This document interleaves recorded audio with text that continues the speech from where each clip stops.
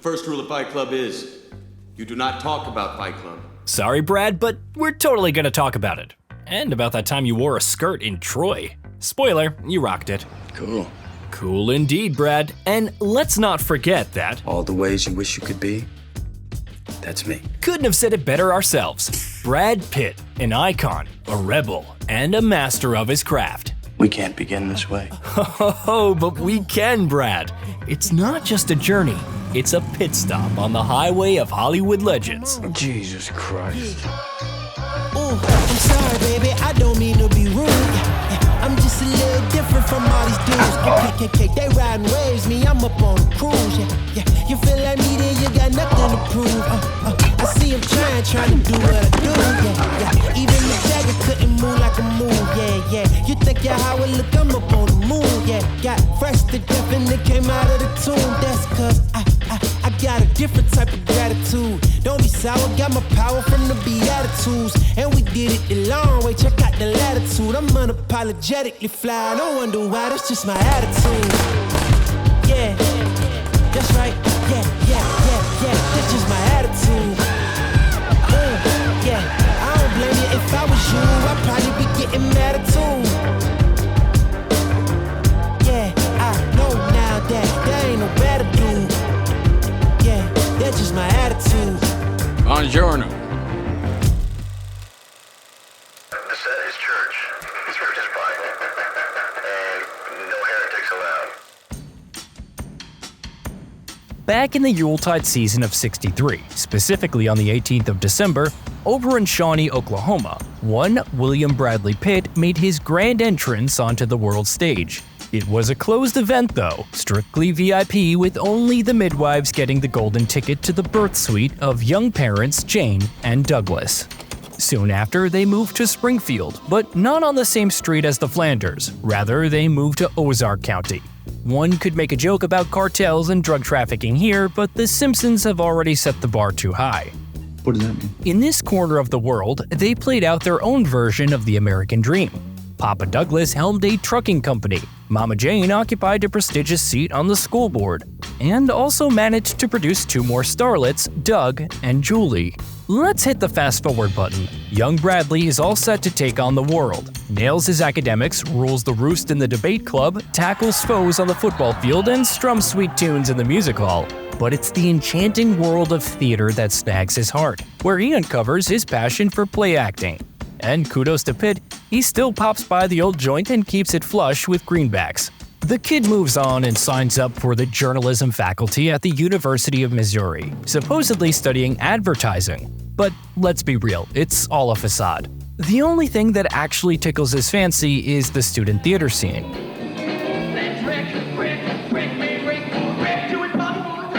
With his acting itch growing stronger, he bails out just 2 credits short of graduating. He feeds his folks a line about switching to the design faculty in Pasadena, but the truth is, he's gearing up to storm Tinseltown. I'm gonna be a great film star. That is if booze and sex don't get me first. Like any newbie star, Pitt's willing to get his hands dirty with anything but auditions. By the crack of dawn, he's revving up a truck, schlepping fridges across town. When night falls, he's suited up in a limo, playing chauffeur to a troupe of exotic dancers. As for that first acting gig, well, let's just say it's not something you'd slap on your resume. Brad's strutting around in a funky chicken suit, ruffling his feathers for the crowd outside El Pollo Loco. Not exactly the stuff that impresses the head honchos at Warner or MGM. But hey, a guy's gotta keep a roof over his head and cover those acting classes, right? Pitt found his first true break courtesy of a pal who brought him along for an audition as a scene partner. Maybe that ex-pal was kicking himself now, as it was Brad who caught the agent's eye. And so, after half a year suffering, toiling behind the wheel, and donning peculiar costumes, the lad inked his first acting contract and began to suffer in the world of cinema. Once, Brad bombed an audition. Yeah, it was a part about this big. And his agent had this genius plan. Perhaps Brad should consider, acting lessons. A top-notch idea indeed, except for the minor detail that our man had been toiling away in Roy London's illustrious acting class for a good half year already. Brad starts his Hollywood journey in the crowded comedy Hank, A full-fledged role? No, more like a Where's Waldo challenge. Next, he gave his moment in the sun in the soap opera Another World. His line, "Who gives a hoot?" What? Just kidding, here it is. How do you do that? I'll show you. Now, fast forward to Dallas, where Brad steals the show and hearts as a leading actress lover. 4 episodes, 1 steamy scene, and boom! Brad Pitt, the heartthrob, is born. Get out of here! Go on! Yes, sir. Around the same time, a spicy legend pops up featuring an ex-wife and Mike Tyson? Mike Tyson, the one and only. It's a white dude that she's probably giving head to, all right? And you never believe who this motherfucker was. Brad Pitt. Tyson tells the tale with gusto. Pitt's version, we can only guess. I didn't mean to cause you any pain. Brad's early days in Hollywood were nothing out of the ordinary. His big selling point to casting directors? The hair.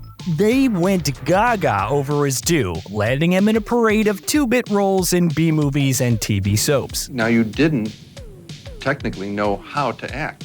No, and all the mistakes are documented on film, which I kind of get a kick out of because, listen, if anyone does want to get started and they lose faith one day, all they got to do is watch one of the things I hopped on in the beginning. It is bad. Thank you. Thank you. No, thank you. No, fuck you. So imagine Brad Pitt wrote a book called How to Act Badly 101.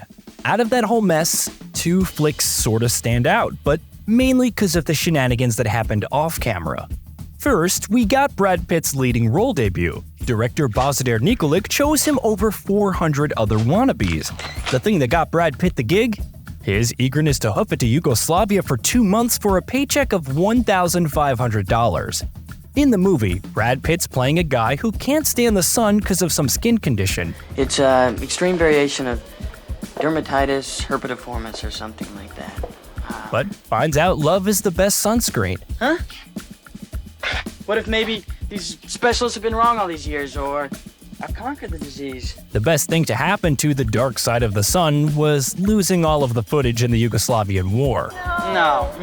They found the film 8 years later, and voila, the 97 audience got a taste of Pitt's drama debut.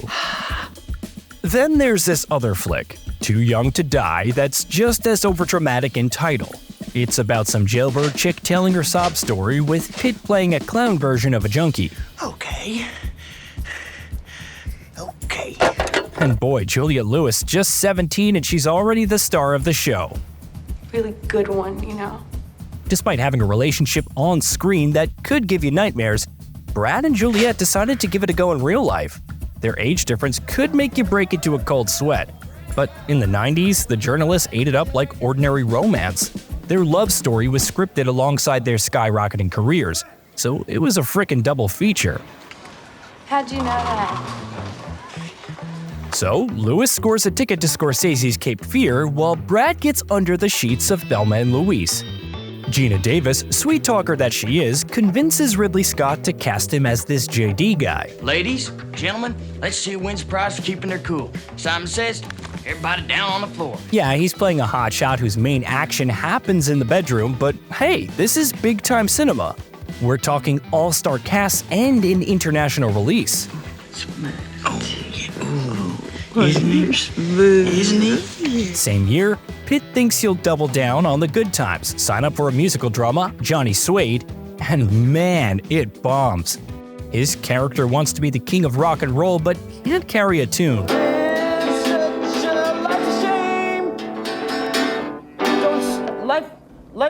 This movie tries to be this high art, but ends up looking like a garage sale Picasso. But if you're into this stuff, you get Nick Cave and a "who's that guy" moment with Samuel L. Jackson. I seen a cat cut half in 2 once. You saw it happen? No, but I seen him put them in 2 bags, though. All right, boys, let's make some music, huh? And Brad, he keeps taking his show on the road with more leading roles in offbeat flicks. But the tale of how he ended up in Cool World? That's best told by the ringmaster himself, Ralph Bakshi. So I want Brad Pitt to work for Cool World because it reminds me of James Dean. And I wanted him, so I went to the producer and said, I want Brad Pitt. And they said, who's Brad Pitt? So who's Brad Pitt? He said, Brad Pitt's Brad Pitt. They didn't want, with no star appeal. And I'm going back and forth fighting for Brad. That I fought too hard because to take Brad, I had to make Kim Basinger, who was a great actress, but not a hot chick cartoon girl. Okay, so Kim Basinger, tag teaming with producers, nudges Bakshi to ditch his dreams of an 18+ Who Framed Roger Rabbit. Crazy doodle bit. The original script had a strong Sin City vibe, but misguided creative improvements by the studio resulted in nothing but sins towards the script itself. Something's very, very wrong. No shit, pal. The film was a box office Titanic and, unfortunately, was Bakshi's last animation feature. 92 would have been engraved in Pitt's mind as the year of cinema catastrophe if not for Robert Redford baiting him with a fishing rod. Redford was practically obsessed with the idea of bringing A River Runs Through It to the big screen, but the movie bigwigs just didn't see any financial appeal in these moody memoirs from writer Norman MacLean. Heck, even MacLean himself gave Redford the talk to the hand gesture a couple of times. So I contacted him and I said, look, here's where we are. You don't trust me and I don't know you. So why don't we engage in a process to find out if you can trust me and if I can make this into a film, if we can trust each other. And I'll make a deal with you that probably most people, at least in my industry, wouldn't make. And that is allow you to watch the process of the first draft being done. And if at any point during that time you don't like it, you don't like the way it's going, you can pull the plug. And that's the end of that. But Redford managed to slap the beauty out of the Midwest onto the film. And Brad? He caught the big one. A real dramatic role. Now that's a good day for fishing. Quite a day. So Brad finally nailed it. Under the watchful eye of Mr. Sundance himself, his portrayal of Paul was an impressive step forward at the very least. A few years back, he couldn't even spit out a serious line, but in A River Runs Through It, Pitt portrays a path of self-destruction dramatically taken by his character. We should celebrate. Fast forward a year, the movie is bathing in Oscar nominations. And Brad, he's not just a pretty haircut and six-pack anymore. He's Hollywood's new poster boy. Sure. Roll the next reel.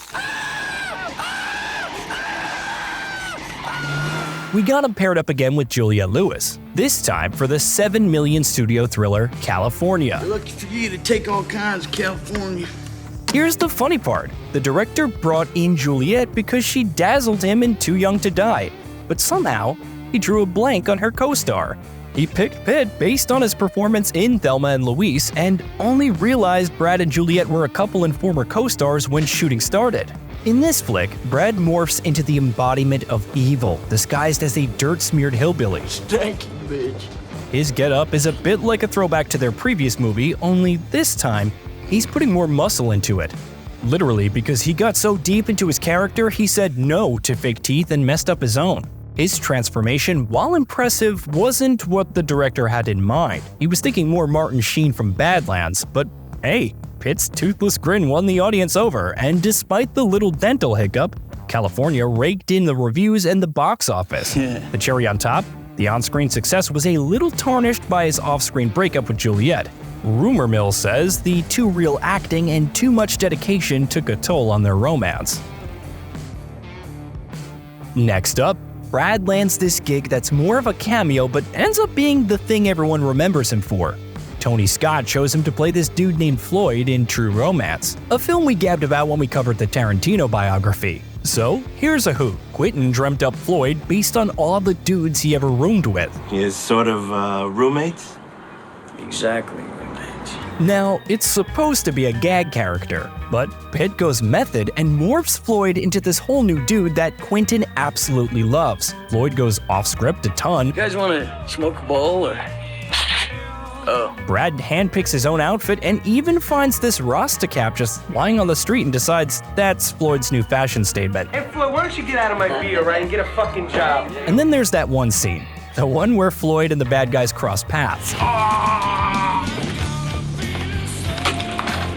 Initially, editors add Soundgarden's Outshined as a gag. However, it ends up being a hit with the test audience.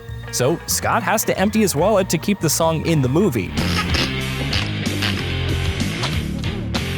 Now Brad's career is skyrocketing, though there are a few stumbling blocks from the past trying to trip him up. Like in '94 when The Favor, this super cheesy comedy that's all about erotic fantasies, drops into the cinemas. And there is mainly Brad's abs on the screen. Nightmare. But hold on, don't go thinking Brad went off the deep end. He starred in the movie back in '88, but it got stuck in limbo for 6 years because the Orion studio went bankrupt. Bingo. And while all that's happening, Brad's off working on the biggest project in his life. We can't begin this way. So he's cast in Interview with a Vampire, right? And he's psyched because he loves the book and wants to play Louis. But then the script comes in, and it's all about Lestat, Tom Cruise's character. Oh, yes! This calls for a celebration. Yeah, I know. Why play second fiddle to a guy who probably needs a step stool to give you a slap for this joke? Anyway, during filming in New Orleans, Brad, Cruise, young Kirsten Dunst were hanging upside down like bats every day. Why? So the blood would rush to their faces and makeup artists could paint on some convincing veins. But hey, all in a day's work, right? Who doesn't love hanging upside down until their face looks like a ripe tomato? And the movie's best special effects? Cruise on stilts. Now that's real Hollywood magic. Our gift is different for each of us. Next, our heroic crew packed up and shipped off to the UK, where they're holed up in some dusty old studio lots where all Bond movies were shot. Brad's in a slump, locked in his studio cavern that hadn't seen a facelift since 007 first sipped his Vesper Martini. Not a window in sight and a winter chill that'd freeze out any sign of creativity. When he clocked out, he was lost in a city colder, wetter, and darker than a movie itself. So a vampire can't cry. One day, David Geffen, Mr. Big Shot producer himself, rolls up. Pitt, probably half kidding, asks him how much it would cost to leave the project now. Geffen drops a cool 40 mil. That was the kind of number that would even give Batman's wallet a heart attack.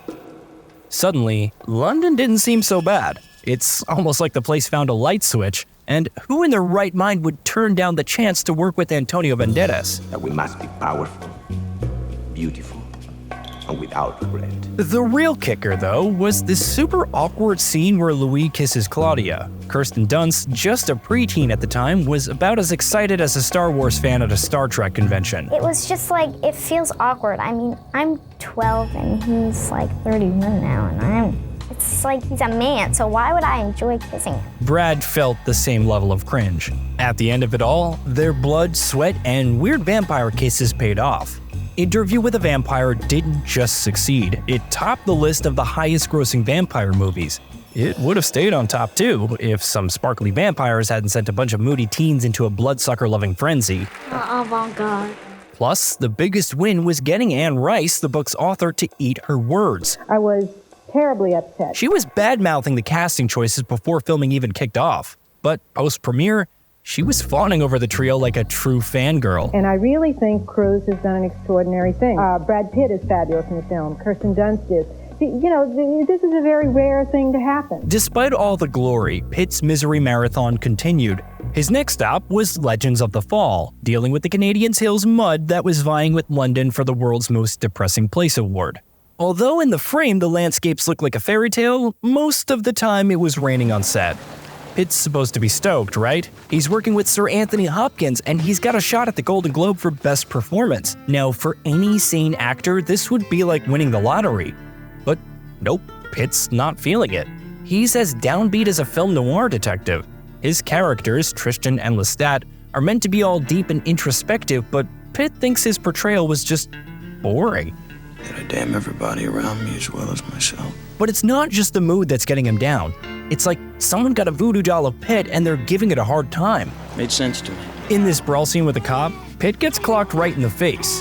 The very next day, they've got this tennis match to shoot, which in the film comes before the fight scene. So they had to add lines to explain why Brad suddenly looks as if Mike Tyson had finally gotten his revenge. Nice shiner. Yeah, well, I hit her back. Brad continued his streak of on-set accidents with his next film. During an action-packed chase scene in Seven, his hands had an intimate encounter with a car windshield. The result? Sliced nerve and the bone almost making a cameo. Post-surgery, the hand was mostly out of action, so the director, possibly inspired by Legends of the Fall shoot, does a rewrite incorporating Brad's bandaged hand into the storyline. Problem? Scenes were shot all out of order. So Brad's playing hide and seek with his hand in one scene. My arm's in a cast in this one, if you see. There's a lot of pocket acting with the left hand's in the pocket. And parading it around like a purple boxing glove in another. He's just praying audiences are more focused on his face than his fingers. But let's take a few steps back. Okay.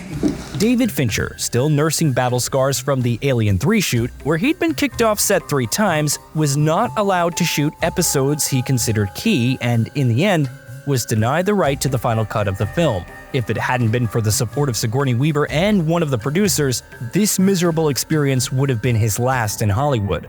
But, lo and behold, Fincher gets a second round in the ring with full creative control and a script that's got a serial killer playing Sin Bingo and 2 detectives hot on his trail. Excuse me, sir, are you by any chance a serial killer? Pitt was in the moment he read the script. But wait, there's a catch. Spoiler alert, cover your ears if you're still a 7 virgin. Pitt's on board only if his character gets to go full Dirty Harry on John Doe, and the content of the mystery box must not be revealed. Oh, what's in the box? What's in the fucking box? This isn't just a verbal pinky promise. He scribbles it right in his contract. Good call, Brad, because after the test screenings, the studio execs were having second thoughts, pushing for Mills to don a hero's cape and the contents of the box to make a surprise guest appearance. What'd you fucking say? If you were hoping for something less grim in the box, sorry to burst your bubble. The sculptors made a Gwyneth Paltrow head replica in case the director willed a not-so-subtle reveal. Fast forward a decade and a half, and this creepy keepsake finds its way into another film. Talk about regifting. I don't know why you're laughing. Let's gab about the cast. Our dynamic duo, Brad Pitt and Morgan Freeman. They ain't your typical good cop, bad cop act. No siree, not like the yin and yang in Lethal Weapon. Nope, they flip the script right from the get-go. Our guys act like they're in an old-school theater piece, spouting off 2 pages of the script in one go, no cuts. I've just never seen it done that way before. Their worldviews hidden in the nitty-gritty. Look at their threads. Somerset, our seasoned cynic, sports a dark wardrobe. Freeman said his hat cranked up the noir vibes like a switch. Plus, it stands out next to Mills' garish ties. Talking about Mills, man, Pitt wanted to hammer home how green his character was. So he scored thrift stores for the loudest, most tasteless ties. This basketball hoop print, baggy shirts, and a just-got-out-of-bed vibe tells that Mills doesn't give a damn about what others think. Wow, it is amazing how fucking crazy I really am. He's all out there, just like his taste in books and booze. Just gonna get another beer. Beer? Wine, please. Remember that glass he uses for Somerset's wine? It's the most hilarious yet subtle moment of the scene. Even as the guys grow closer, that contrast, it ain't going anywhere, just like the swelling in Pitt's hand wouldn't. Don't know that for sure. Oh, yes, we do. By the way, Brad and Morgan convinced the studio to get Kevin Spacey on board for 7, despite the fact that his fee alone could finance some standalone flick. Well, that was money well spent. But hey, it paid off. Yeah. 7 topped at the American box office for 4 whole weeks and snagged the title of the 5th highest grossing film of the year. Brad, meanwhile, was banking on Mills washing off his Playboy image. But even after diving into the sinister, gut-churning world of 7, he got the title of Sexiest Man of 95. Nah, fuck that. Let's backpedal a bit to the chase after John Doe. Pitt couldn't stand the tired old tropes where the good guy has a psychic radar to track the bad guy. So with Fincher, he plotted every single reaction of Mills. Our guy is lost, scared, and always on the lookout for where Doe disappeared.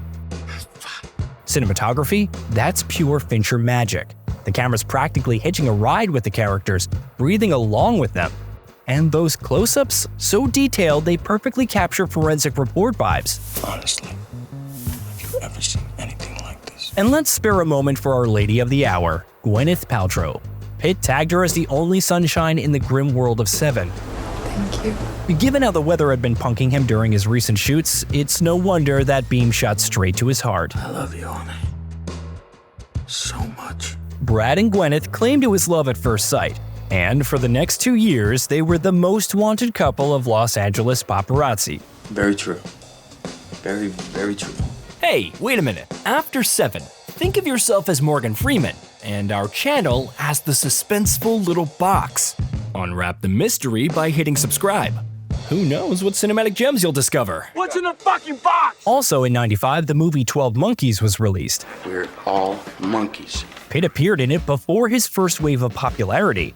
However, as the film was being edited, his career began to skyrocket, so the eagle-eyed marketer sniffed out the potential and decided, let's stick his face right next to Bruce Yippee-ki-yay Willis on all the promotional material. That's very sane. That's very sane.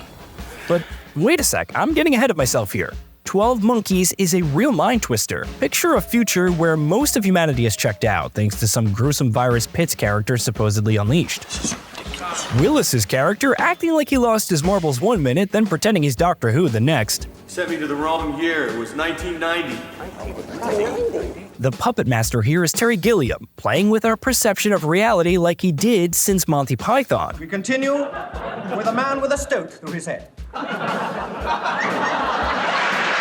When Pitt first skimmed through the script, he was gunning for the lead role, but Gilliam responded that he was too young. Instead, he tossed Pitt the role of Jeffrey Goins, a character who would forever change perception of his acting abilities. Yes, my son. In his debut, Pitt drops the silent brooder act and goes full throttle as a raving lunatic. Wackos everywhere, plague of madness. His manic gibberish actually biting satire on society and its faults. Okay. Buy a lot of stuff, you're a good citizen. But if you don't buy a lot of stuff, if you don't, what are you then, I ask you? What? Mentally ill. He's got this whacked out look thanks to some funky lenses, a jitterbug set of movements, and a speed talk like he's got the fast forward button stuck. This was 95, and just this scene of Pitt and Willis was enough to make the audience feel like they dropped into the Twilight Zone. Before shooting, Pitt goes all in. He meets with actual schizophrenics, did his homework on the illness, and even booked himself into a hospital in character, spooking the staff so much they wanted to extend his stay. I was interrogated, I was x-rayed, I was examined thoroughly. Against the mellow dude Willis, Brad was like a cheetah on a sugar rush. And the audience, they were gobsmacked, shocked that the guy they'd been ogling shirtless for years had this kind of acting chops. No, I'm not. Pitt bagged a Golden Globe and nearly nabbed an Oscar, but was edged out by his recent co-star, Kevin, the usual suspect Spacey. So when this big thing happens, you be sure and let me know, because I wouldn't want to miss it. You won't miss a thing. The next 2 years, Brad probably wants to erase from his memory. First off, he's playing this young hotshot prosecutor in Sleepers, sharing the stage with big guns like Bacon, De Niro, and Hoffman. He managed the role just fine, but after the success of the past few years, it seemed like a step backward. Not for me. The only reason his agent sweet-talked him into this was because of the career-high paycheck of $10 million. Objection, Your Honor. Moving on, he's in a wrestling match with Playgirl magazine. They thought it's cool to run his birthday suit photos without permission. He won the case, but of course the images had already made their way onto the internet. In the middle of this mess, he and Gwyneth Paltrow decided to break up. You'd think his next flick, The Devil's Own, might help to reboot, but no, it felt more like a red carpet to hell itself. Here's the setup. Brad's character is from the IRA, hiding out after a failed terrorist act. He's sent to the US to lay low and then to smuggle arms back home. To nail the role, Brad hits Northern Ireland to work on his accent. Turns out, he might have bitten off more than he could chew, cause one night at the pub, some locals decided he was mocking them and gave him a taste of that famous Irish hospitality. Funny enough, after the movie hit the screens, people kinda dug his efforts, even if the same couldn't be said for the movie itself.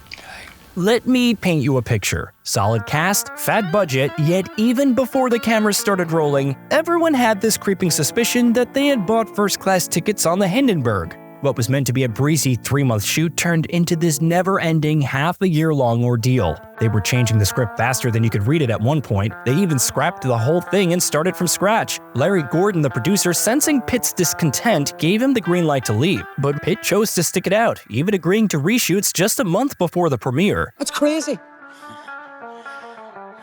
It's fucking mad. Unfortunately, Brad's all-in move didn't pan out. The film tanked hard, and so Brad added another souvenir to the Hollywood Hall of Shame.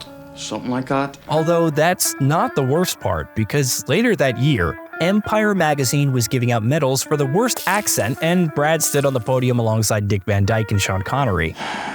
In my humble opinion, this is ridiculous. This was all thanks to his gig on 7 Years in Tibet, a biopic of Heinrich Harrer. Harrer is a guy who climbed mountains, escaped POW camps, became BFFs with the Dalai Lama, and fought for Tibet. Some of the soldiers wear ancient mesh armor.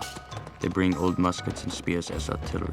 The amazing landscapes were not shot in Asia, but in the Argentinian mountains, where Brad spent over 7 months.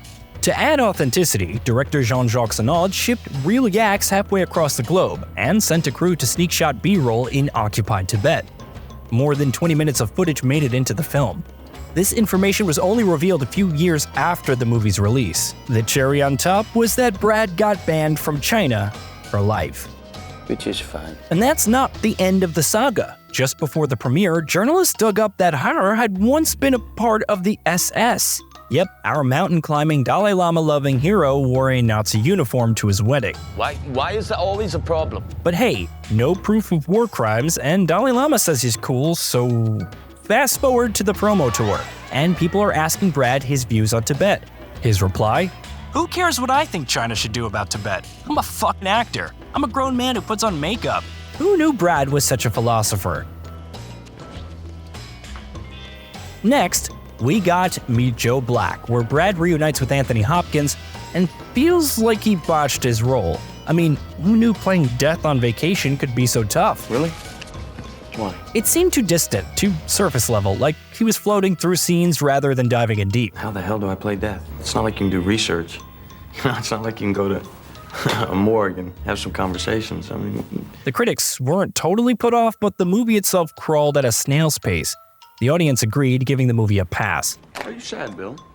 Yes, I am. The major chunk of the movie's profit came from the stars, not from Hopkins and Pitt, but from the Star Wars trailer. If you go to one of the theaters listed on the website and you see one of the films mentioned, either Meet Joe Black or The Waterboy, you will also see the Episode 1 trailer. Fans bought tickets, fell in love with little Anakin, and immediately left the hall. I know what you're saying, it doesn't pay so well, but I like it.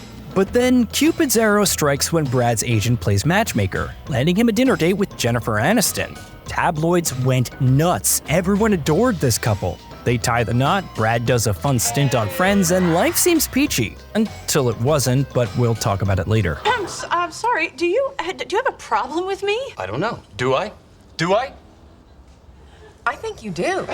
Meanwhile, Brad bounces back in David Fincher's arms. Fincher wins him over with beer and an epic speech about wanting to make films still remembered 20 years from now. And just like that, Brad steps into the shoes of Tyler Durden. That's right. Hey, hold up, just a hot minute here. Before we dive headfirst into this kooky rabbit hole, let's just take a moment to remember the numero uno rule of Fight Club. First rule of Fight Club is you don't talk about Fight Club. If by some cosmic misfortune you haven't yet basked in the glory of this silver screen delight, stop everything and right that wrong. Okay.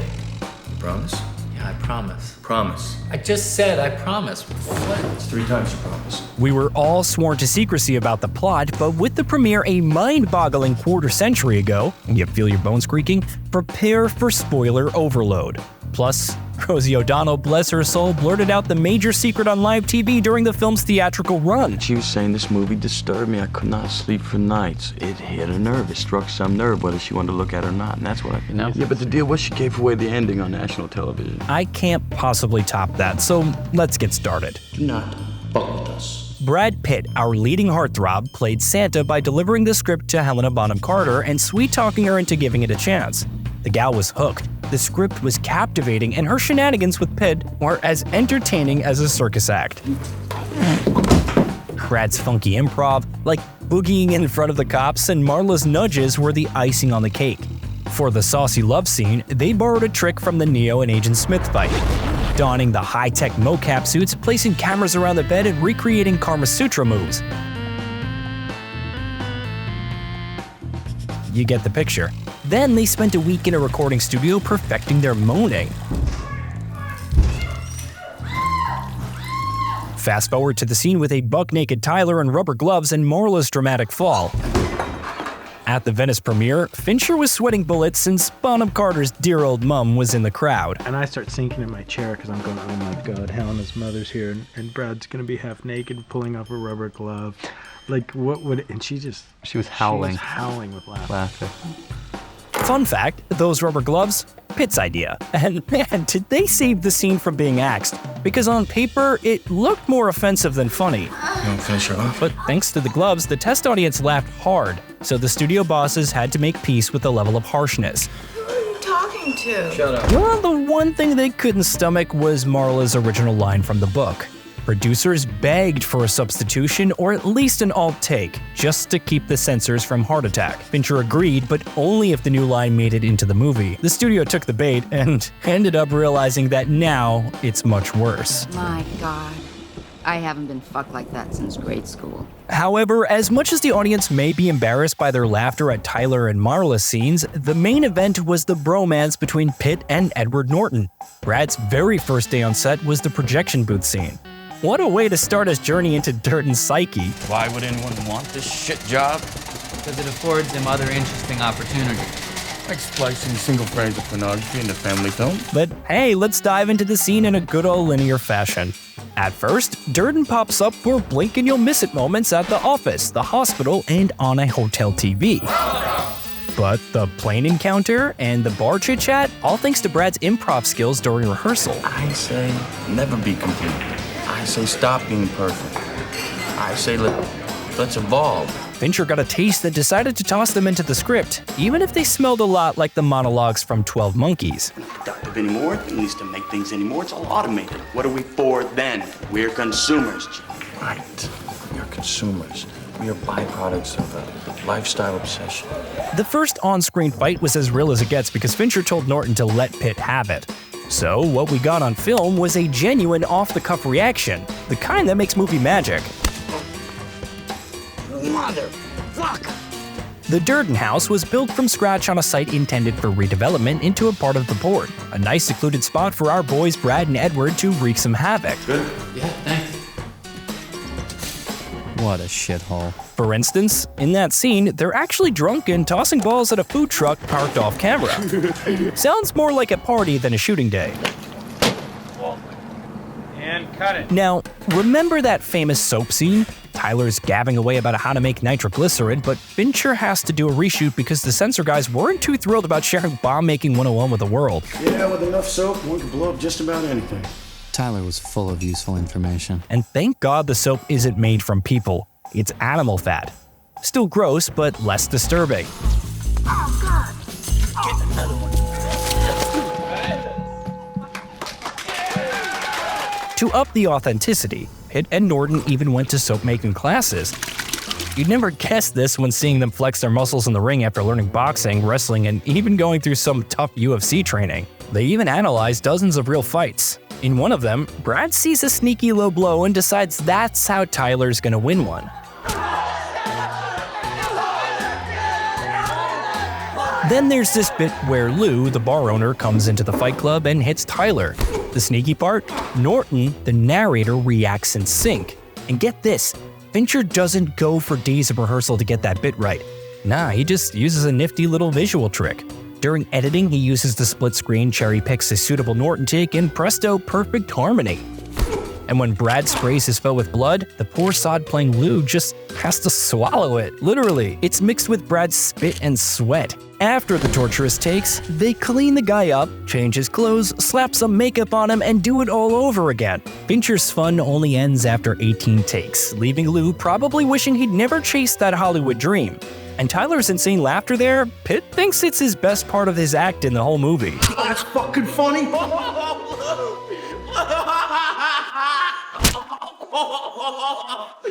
Now, the whole film is like a subtle comedy treasure hunt. For instance, this fight is hilarious because of the previous scenes where a poor bloke gets his Bible smacked out of his hand and is sprayed with a hose and his opponent is shoved so hard his shoe takes flight. Now that's a proper Fight Club invitation.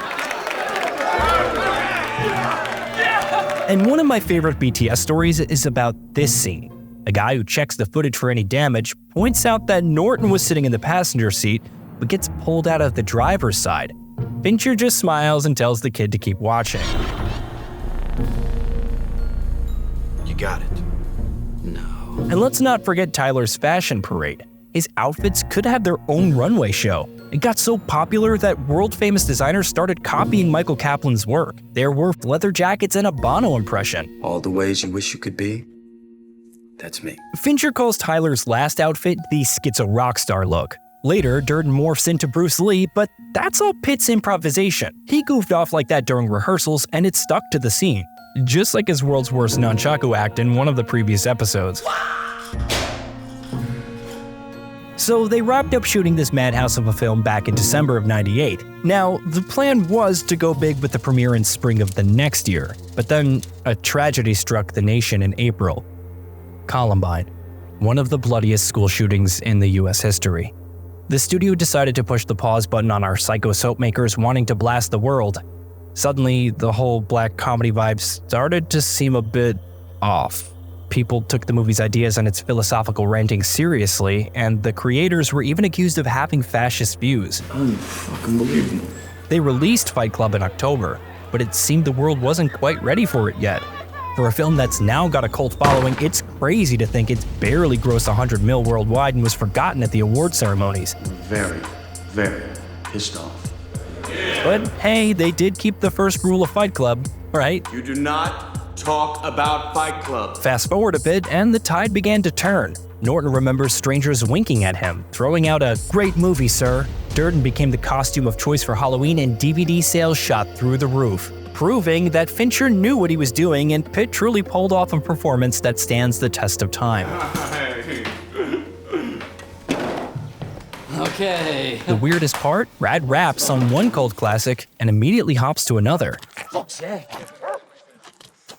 Pitt had a major fanboy moment over Lock, Stock, and Two Smoking Barrels, so when he heard that Guy Ritchie was stirring up another masterpiece, he was all in, practically begging to be a part of it. Really? Now imagine being a rookie director getting an offer from a Hollywood big shot, a legendary Oscar nominee no less. You'd be crazy to say no, even though truth be told they hadn't quite worked out a role for him yet. Something I was going to be very cautious about was it looked like we were getting a big American star and putting him in a small English film just for the sake of putting bums on seats. Now, of course that's the case. But when Ritchie sketched out the character of Mickey, a gypsy boxer, Pitt gets a bit spooked. For starters, he just rapped on Fight Club. Playing another fisticuffs-loving character felt like deja vu. Plus, he was having a proper nightmare trying to nail Mickey's gypsy accent. It took his bodyguard moaning about not getting a single word out of the gypsies for him to finally have a eureka moment. So, next day he rolls up on set, delivering lines that could only be decoded by those who had actually memorized the script. To be the Trojan of a fight. Nation. Head of it about. And then here you are. And the cherry on top, Pitt's accent coach, who's to blame for the most gobsmacked dialogues in Pitt's career, was right there with him in the opening credits. It's not English. How are you? Where's my contest with the horse? You know, it's just pikey. Ritchie was upset that in Pitt's first scene, the audience didn't catch the joke. Maybe a piece of toilet paper would have added some clarity, and sort of the hygiene too. Did have a shade. Now, the first punch that smacks into Mickey's jaw, it's straight out of Indiana Jones. By the way, Pitt's going all in doing his own stunts, even if his stunt double had to go at them later. But Brad's falls were so good that in the final cut, the stunt double got no screen time. Brad's talent truly shines during a field negotiation scene. His reaction, his nervous laughter, his tussle with a dog, that's comedy gold. Especially when you contrast it with Mickey's next scene. And it's interesting how mixing shots of Pitt with a bit of flame has almost become a cliche. When it came to the gypsy funeral scene, Pitt let himself go and actually got drunk. Come the finale, he's covering the ring in sweat and fake blood like a pro. Probably the only actor who got to shoot a boxing match scene underwater.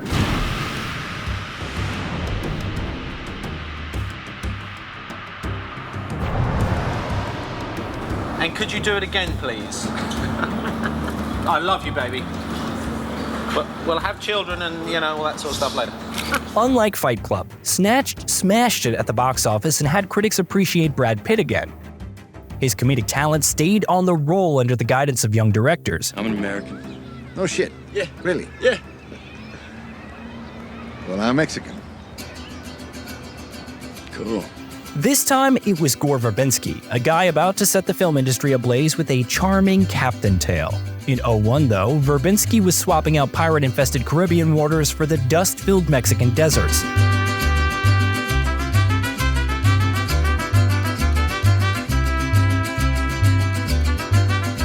He brought to life the tale of poor Jerry, a down-on-his-luck schmuck forced to work for some baddies, and his lady who ended up in the hands of a cold-blooded killer who also happens to be a hopeless romantic. You know, you're a very sensitive person for a cold-blooded killer.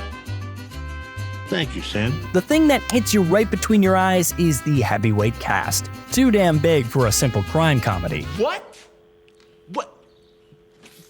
Pitt and Julia Roberts could pack the theaters with their names alone, but throw Simmons, Hackman, and Gandolfini into the mix and anyone would think it's Oscar bait. What? You don't think that's a little weird? Yeah, it's weird. Sadly, the audience couldn't shake off this expectation and the Mexican landed a lukewarm response, both at the box office and in reviews. Oh, no!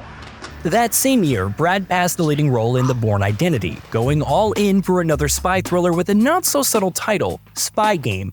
A cinematic reunion tour put Brad back with Tony Scott and Robert Redford. God, you're hideous. Why do you even bother? I missed you too.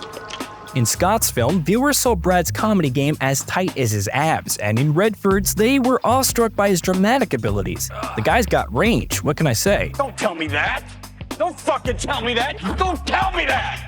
Next up, Brad's world tour. Germany, Hungary, Morocco, UK. He's a spy, a sniper, a captive, and participates in the most epic dialogue scene. Redford had a mini heart attack when he heard that they were filming a simple dialogue from a helicopter. It was like using a flamethrower to light a candle. Nathan, what are we doing here? And don't give me some bullshit about the greater good. That's exactly what it's about. But after seeing the end result, he apologized to Scott like a true gentleman. The big shots at the studio also were against the chopper scene, so Scott paid for it from his own pocket. So that shows you how I stood by my convictions. So it cost me 50 grand. I got the 50 grand back though when they used it. Then there's this wild moment where they literally blow up a house. Excessive? Maybe, but Tony Scott got the Princess of Morocco's blessing. Who says royals ain't cool? We discovered that the building was for renovation for the staff that serviced the king. Actually, it was the brother and sister who now run Morocco, and we discovered that it was their building, and it was staff quarters. Anyhow, I couldn't get anybody to say yes or no or give me any black and white answers. And I was talking to my brother, and he said, "Well, Janina knows the guy." Good-looking Italian kid, yeah, who was having this relationship with Princess Lala Miriam, yeah. So she said, let me call Giorgio. 24 hours later, I had the building, and they said you can do anything you want to it. You can blow it up, you can flatten it. Originally, Morocco wasn't even on the menu. Scott had his eyes on shooting Beirut and Vietnam and Tel Aviv and Haifa. Just as the sets went up, the Israeli-Palestine war broke out. Local contractors literally went to war on opposite sides of the barricades. And then somebody threw a Molotov cocktail into a set, and then a Palestinian kid was stoned to death on the steps of the hotel. We said, we gotta leave. So we left. With Brad scheduled to join the Ocean's 11 crew, there was no time to waste. Like a miracle, they found similar locations in Morocco, recreated the lost sets, and kept the cameras rolling. We have some fucked up barometer for success, don't we? Casablanca played Beirut's doppelganger, while a nearby desert stepped in for Vietnam. Camels made unexpected cameos, and plant life stopped at the edge of the frame. But let's talk about bad timing. Spy Game hits the big screen a mere month and a half after 9/11. I mean, the US is already dealing with tragedy. They didn't need a movie filled with gut-wrenching themes, no matter how masterfully it was made. But Brad didn't have time for disappointment. With only a week after wrapping up with Redford, he was off to join the Ocean's 11 gang. Imagine this. You're looking at a remake of a groovy 60s crime comedy. Well, their mission? To pull off the greatest Las Vegas heist ever, targeting the vaults of the Bellagio, the Mirage, and the MGM Grand. The redo idea had been floating around since the 80s, but it only got rolling into the 21st century. Producer Jerry Weintraub, our movie maestro, pulls some strings and voila! The owner of the Bellagio rolls out the red carpet to the casino, which no film crew ever had right to film. And you got an $850 million set. We're talking full access. They even managed to shut down the main entrance, forcing the rich and famous to slum it through the parking lot. Oh, the horror. Exactly. In walks our golden boy, Steven Soderbergh. Fresh from his Oscar party and currently Hollywood's most wanted man behind the lens. And with George Clooney wanting to play the leading man, our director got a star-studded ensemble that was off the charts. It's too bad that he couldn't draw real talent to this film, and it's a bunch of no-names and hacks, but they're doing their best. Well, Yeah. Now, to join the club, every cast member took a pay cut. But Pitt, he has a plan. He's making up for the missing zeros on his paycheck by stuffing his face with burgers and fries in every scene he can.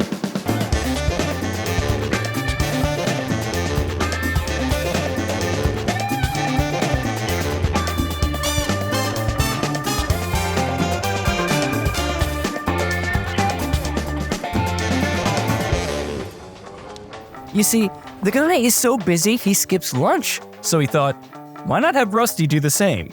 It's like Pitt's very own method eating. But even geniuses regret their brainwaves. In one scene, Rusty and Linus are spying on the casino owner, and Pitt had to chomp down a royal shrimp for 40 takes. You suicidal? And there is one fun BTS fact. In the last act, Pitt shows up wearing this god-awful wig. I'm sorry. The very same wig Mike Myers used for Austin Powers rehearsals. Yeah, baby. Yeah. At the movie's first act, Rusty tells Danny what seems to be nonsense. Boski, a Jim Brown, a Miss Daisy, 2 Jethros, and Leon Spinks. Not to mention the biggest Ella Fitzgerald ever. But this isn't any drunken babble. Our man Soderbergh wrote this into the script, and lo and behold, it's detailing every single one of the gang's cheeky moves. Boski refers to the Wall Street big shot, Ivan Boski, nabbed for insider trading. A nod to Saul trying to sneak into the security room. This is our security center, where we oversee all gaming in the casino as well as our vault. Jim Brown, the well-known football brawler, symbolizes the showdown where Linus steals the vault passwords. No, I didn't mean. Okay, come on, sit down. Miss Daisy is the code word for the escape vehicle. A no-brainer there. And 2 Jethros? That's a reference to the Beverly Hillbillies, describing the troublemaking Malloy brothers. You are so stupid. You know that? You're a nincompoop. It helps to call someone names. don't. Already feeling so upset. Hey, What's you the wanna matter get with you? It's obvious. Hey. And the toughest nut to crack, Ella Fitzgerald, is about the security system breach. A callback to that vintage commercial where the diva breaks glass with her voice. Slightly more complicated than that. Here's a juicy bit for you guys who dig boxing. Lennox Lewis and Vladimir Klitschko never fought in real life. They were just cameo kings in the flick. Lennox only faced off with Vitaly a couple years later. Back to the movie, Soderbergh spun real-life cinema magic. The dude's working on a whole different level with this intra-frame editing, either slashing a truckload of action in a single shot or linking shots together with some smooth camera moves instead of typical film cuts. We're used to long shots, but ones that cram in this many locations, characters, and events? That's some next-level planning and storyboarding wizardry, especially considering they shot this masterpiece in just 10 weeks. Well, not a masterpiece, but funny enough to pack the cinemas around the world and kicked off a bunch of sequels. Not one, but that was a 3. Brad had his plate full back in 2001. He was Mr. Gringo in The Mexican, sneaking around in spy games, heisting from minibars in Ocean's 11, and even starring on an episode of Friends, which I mentioned earlier. And it gets better. Brad and his missus, Jennifer Aniston, along with their buddy Brad Gray, founded Plan B Production. They started it as a side gig for projects they dug. But who knew they'd be Oscar magnets and Hollywood powerhouses? And talk about being in good company, their amigo Gray ascends to the throne as the head honcho of Paramount Pictures in a couple of years. You know what they say, it's not what you know, it's who you know. And evidently, Brad and Jen know some pretty high rollers. Oh, really? Yeah. Now, 2002, here's where it gets fun. What just happened? Brad Pitt got kidnapped. Brad Pitt was in line and he was just kidnapped and thrown into a van. I'm really not kidding. Brad decides to go full monkey on his favorite show, Jackass. My honor, I fell, and don't you cry at all. You might just be lucky and have a little baby mistake. You fell, and don't you cry at all. You might just be lazy and have a sleepy baby. Then he pops up in George Clooney's directorial debut, Confessions of a Dangerous Mind. Him and Damon play these 2 schmucks on a blind date TV show. The punchline?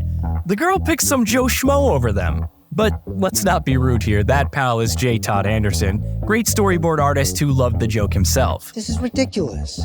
Fast forward to 2003. Brad's got his vocal cords working overtime. First, he's narrating the history of the good old USA in a documentary series. A rude platform looked out over the battlefield. On one side sat the journalists. The eminent people had the other side. Then he pops up in King of the Hill with an accent so thick you'd think he's auditioning for Snatch again. I can't understand a word you're saying. Shoot, man, not me, man. Just talking wedding, man. Goes off. Daggum jealousy, man. Ugly. Green-eyed monster, man. But the voiceover journey didn't stop there. He jumped aboard the animated flick Sinbad, Legend of the Seven Seas. Pretty cool, huh? But that ship hit an iceberg, a massive flop that made DreamWorks Animation sink. After one last fiasco after Road to El Dorado, they were forced to sell the company, and the new owners stick to computer animation to this day. Whose idea was that again? But don't shed a tear for our boy Brad. He had another blockbuster year right up his sleeve. Okay, picture this. It's 2002 and David Benioff, you know, the Game of Thrones guy, but this is before he conquered TV. He pitches Warner Bros. His version of the Troy story. They bite because they've got this director Wolfgang Peterson at the helm, a dude who knows how to make money at the box office. You want gold? Take it. It's my gift. To honor your courage, take what you wish. Everything's groovy, right? They've got a mega budget, top-tier actors, some pretty locations in Morocco, and then bam, reality checks in. Because of the upcoming Iraqi war, Al-Qaeda's threats are making all of North Africa not so well suited for guys from Hollywood. So they head to Mexico, switching couscous for tacos. It's not what I wanted. Now it's a wrap, almost, with just Achilles vs. Hector's showdown left. But Brad, he's playing Achilles, trips up, and get this, tears his Achilles tendon. Ouch, right? And if that wasn't enough, 2 days later, Hurricane Marty goes all Gone with the Wind on the set. And we decided there's no other way than rebuilding the whole set again. Takes him 3 months to rebuild. Despite all this, Brad Pitt's gone full-on demigod, sporting a physique that would make even Zeus jealous. All before he's hit the big 4-0. But Eric Bana, our Hector, ain't all that impressed with Pitt's sword and spear twirling. They make a deal. I'll make a pact with you. Each accidental smack during the duel will cost the smacker some serious cash. $50 for a tap, $100 for a whack.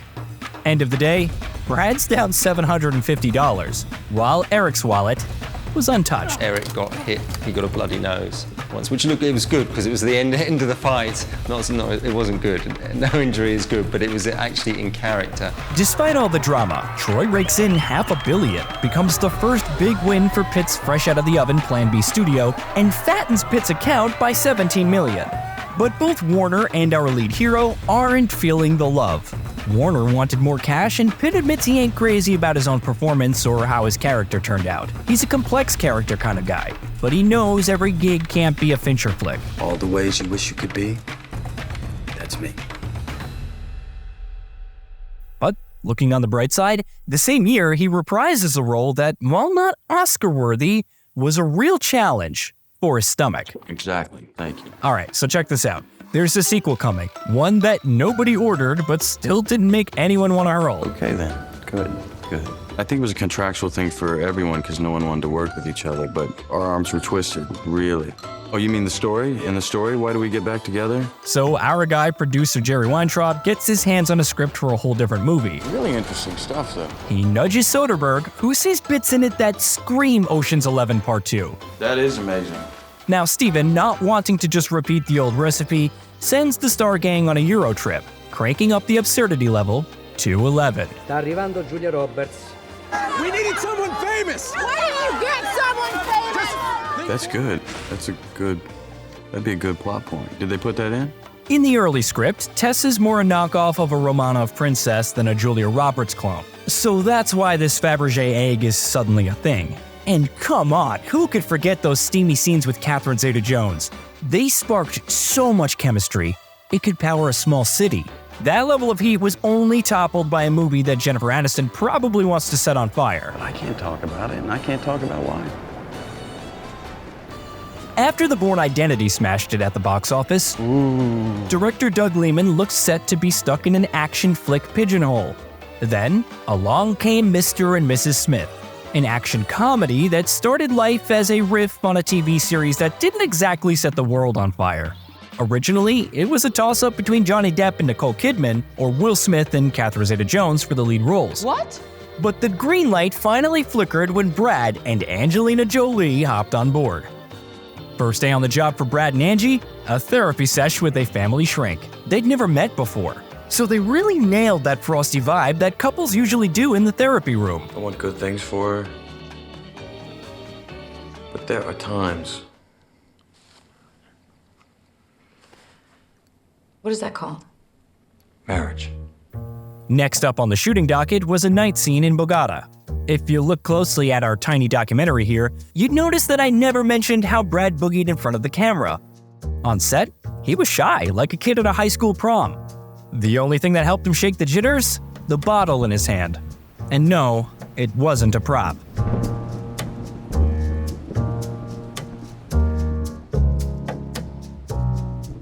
Now, Lehman had no grand plans for a comedy. The guy was more into bullets. But Brad and Angie, they sprinkled in just the right amount of giggles to their high-octane love story.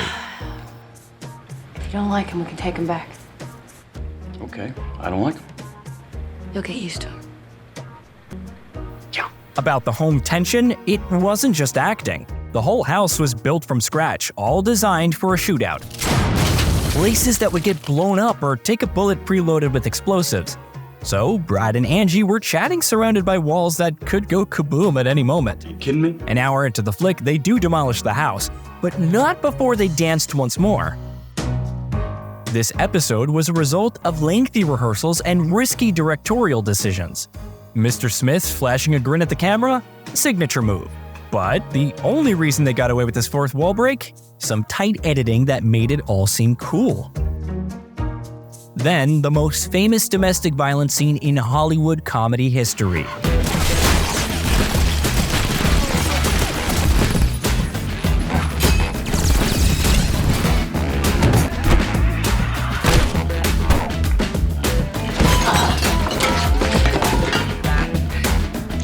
And of course, a half-hour finale with chases and shootouts.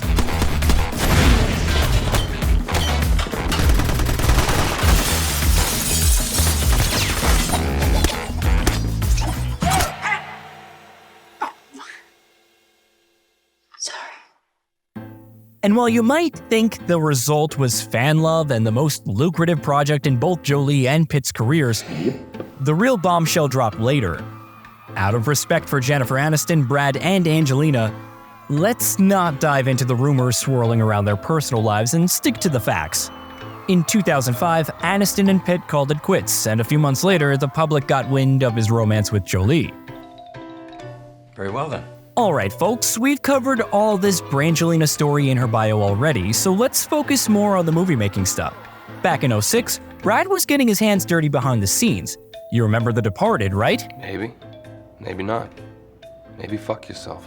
Well, Brad was pulling strings from the shadows, charming investors and brokering deals at casting calls. He was all set to be the star in this remake of the Hong Kong masterpiece, but in an unexpected twist of self-depreciation, he felt he was hitting a bit of an maturity wall for that role. You seem quite happy with that result. Just fucking result. And guess what? This movie snagged Plan B its first Oscar and made Brad a bona fide Hollywood power producer. It's a bit of an extreme. Now for Brad's next venture. He tackled Alejandro González Iñárritu's moving drama, Babel. Out of respect for the man in the director's chair, both Brad and Cate Blanchett jumped on board. The movie weaves together four seemingly unrelated stories into a tale about how guns make life suck. Brad's role? Straight up Shakespearean tragedy. His talent even got some proper attention for the first time in 10 years. But at the Golden Globe Awards, he got robbed by Eddie Murphy. I'll be damned. That's nice. Yeah. Thank you so much. So what's Pitt do next? Well, he flexes his acting muscles and dives into Danny Ocean's third heist adventure. I was really hoping to avoid that this time. But let's talk about that real quick. After playing dress up, checking out Oprah, Are they really gonna build her a new home? Yeah, the whole family. and sharing screen time with the Godfather himself, Al Pacino, Brad's probably losing sleep over Rusty's new diet. All drink, no grub. And the product placement? He's the poster boy for Stella Artois. You gotta wonder what Heineken thought about all this, given they once forked over $1 million for Brad to spend a day shooting their beer commercial. Good. Ocean's 13 tied up the trilogy in a neat little bow and made a killing at the box office. And Pitt, he's off again, gunning for the top spot of dramatic Everest. Alright, so back in 2004, Plan B and Warner Bros. Got their hands on the rights to The Assassination of Jesse James by the coward Robert Ford. Brad Pitt, being all about the character deep dive, wanted to go full outlaw playing Jesse James, the head honcho of one of the Wild West's most infamous gangs. I mean, who doesn't want to play an American Robin Hood, right? Open that safe. But get this, the film itself was more two-faced than Harvey Dent. On one side, Pitt's sure this Jesse role was the best he's ever done, and legendary cinematographer Roger Deakins even said the night train robbery scene was his Mona Lisa. Not to mention it got some major love from top-tier critics, who called it one of the best of the decade. On the flip side, it made a measly $3 million at the American box office, a tenth of what it cost to make. My theory? Warner Bros. Was hoping for a popcorn action flick, not the sweeping 3-hour period drama they ended up with. How'd you know? Fast forward to the following year, and Brad finds himself in this bank ad directed by Wes Anderson. Next, he jumps into the absurd kingdom that is a Coen Brothers film. Oh my God. Here's the thing, when Ethan and Joel cook up a character with you in mind, you don't say no, even if said character is more goofy than a Mickey. Ted, can I talk to you about our Mickey Mouse HMO? Hang on. This is some heavy shit. Is it my date list? No, fuck. The Coens give us a whole new Brad, turning Tyler Durden and Achilles into fitness guru Chad Feldheimer. Not that they were out to make Pitt look bad. Hell, they even called George Clooney's films with him a trilogy of stupidity. Big funny. Making Brad look like a fool isn't as easy as pie, it turns out. Brad could even make the goofiest get-ups look sharp, forcing costume designer Mary Zofris to create a custom outfit. It fits him in the shoulder, but it's a little bit big for him right here. And we actually ended up making the tie because I wanted it to be sort of woolly and just bad. While Clooney, for comparison, just needed to grow a beard and hike up his jeans.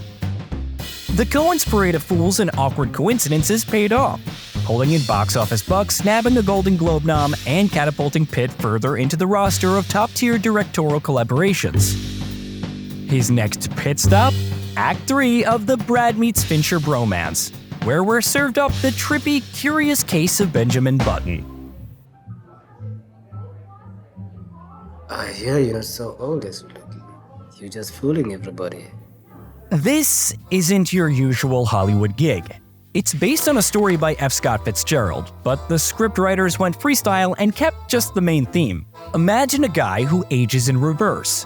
That's about it. Why did he say that? The idea has been kicking around since the 80s, getting tossed between Hollywood big dogs like Frank Oz, Steven Spielberg, and Ron Howard. But only Fincher managed to film the mystery. Well,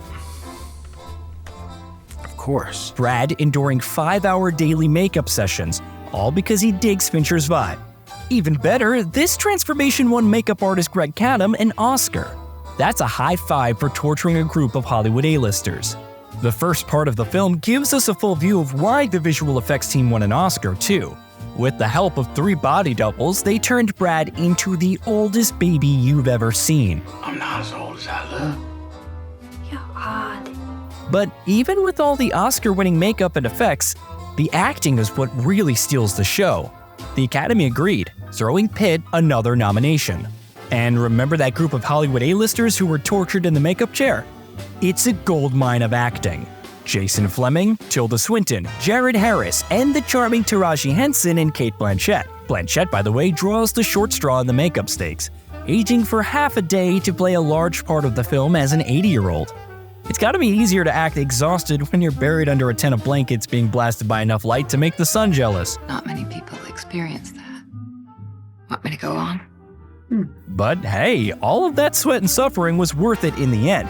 Fincher managed to create a nearly art house drama with the price tag of a summer blockbuster. And the fact that Benjamin Button even broke at the box office was a win for us film nerds, proving studios aren't totally afraid of taking a gamble. As for the message of the movie, everyone finds their own truth in this story. For me, the main metaphor is the final flood during Hurricane Katrina.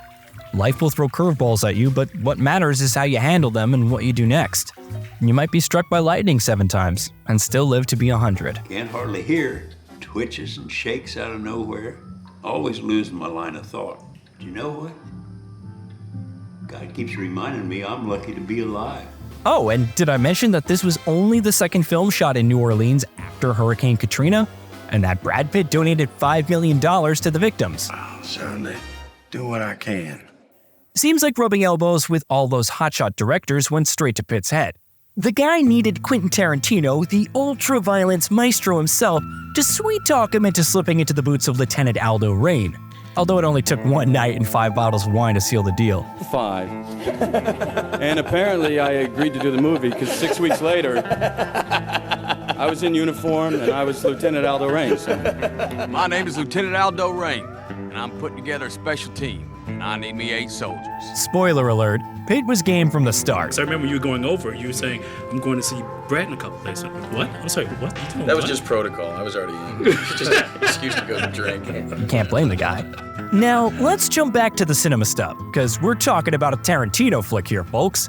We've spilled enough ink about Quentin, but let's spill just a little more, shall we? That sounds good. Sounds like shit. What else we gonna do? Go home? The script suggests that Aldo's scar came from a failed lynching attempt. Now that's a prequel that I want to see. Nah, I don't think so. At the premiere, Aldo introduces himself as Enzo Gorlami. Gorlami. Ancora una volta. A nod to the OG director of Inglourious Basterds, before he played the name switch game to Castellari. Also, fun fact, Tarantino once quipped that Aldo Raine and Floyd from True Romance could be from the same family tree. That's what I thought. Talk about a family resemblance. And as I said, if you want to drown in a trivia sea, just check out our 3-hour Tarantino documentary. Sound good? Yes, sir! In 2010, Brad gets another call from DreamWorks. Their last joint venture nearly left the company in the dust, but they bounced back with their 3D animations. All right, put your hands in the air. Alongside Will Ferrell and Jonah Hill, Brad rocked Metro City as Metro Man, squaring off with Megamind. Justice is a non-corrosive metal. But metals can be melted by the heat of revenge. It's revenge, and it's best served cold. But it can be easily reheated in the microwave of evil. They made Pitt a mashup of Superman and Elvis Presley, which had him singing on the big screen for the first time since Johnny Suede. Check this out. I have eyes that can see right through. And let me tell you, the star-studded cast of Megamind didn't just make a pretty penny at the box office. It got critics tipping their hats for its superhero mockery and compelling storyline. I love you, Metro Man. And I love you, random citizen. Meanwhile, Pitt was also flexing his producer muscles, dipping his toes in projects like The Time Traveler's Wife, Kick-Ass, Eat, Pray, Love, and a couple where he was the leading man. Funny thing is, both movies were competing for the Best Picture trophy. He kinda fell into Terrence Malick's Tree of Life, but Moneyball was the dream gig. And folks, keep your soda handy, we're going to unpack this piece by piece. Yeah. Terrence Malick. Man, he's like the Bob Ross of filmmakers. He's got the same tools as everybody else, paints, brushes, cameras, actors, but Malick is creating these happy little accidents that are totally different. It's like he's painting with the colors of the wind or something. It's pure magic. Now, like with any badass artist, your everyday Joe might look at it and go, pretty, but what's it mean? Think about it. Who really gets Malick's stuff?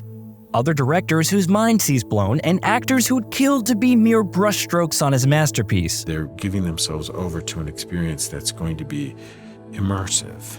It's going to be something else. So when Brad Pitt's production company Plan B got the opportunity to back Malick's latest venture, Brad was all over it. He was pulling strings, sweet-talking studios, and rallying the troops that Malick wanted on board. The role he landed, however, came through the tragic death of Heath Ledger.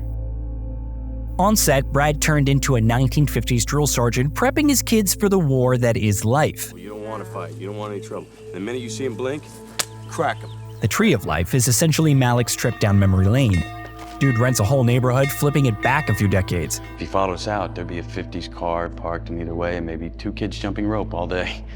You know, just in case He had wanted to shoot that way. He's got kids acting on pure instinct, no script. So what happens when he spots a butterfly mid-shoot? Well, the guy halts production and makes the camera operator and Jessica Chastain chase the fluttery creature around for a solid half hour until he gets the shot he wanted. The result? He ended up with more than 400 hours of footage for a film that clocks in at a whopping 140 minutes. That's a shot to final cut ratio of nearly 200 to 1. Now compare that to the industry average of 20, maybe 30 to 1. But hey, when you're going for that natural vibe and you've ditched the script and have the legendary Emmanuel Lubezki behind the lens, you shouldn't expect any less. More than Lubezki's camera work, though, was the mesmerizing sequence showcasing the birth of the universe. It's hard to believe, but they created this effect without any CGI. Instead, they used actual chemical processes courtesy of a special effects pioneer, Douglas Trumbull. It's like a cosmic cinematic Monet right there. Only when life stirs on screen does computer wizardry come into play. Tree of Life had Cannes standing ovation moment, Academy Award noms, and almost made bank at the box office. As for the audience's reaction, let's just say some theaters had to post no refund signs. You can't say folks weren't warned about the ride. You're kidding me, right? You're kidding me. Moving on to the second flick that snagged an Oscar nod under Pitt's watchful eye, Moneyball. This ain't your grandpa's sports movie. It's more like a journey back in the time through the annals of baseball, honing in on the exceptional season of the Oakland A's. These folks are out there inventing some crazy algorithm, turning statistics into a secret weapon, right?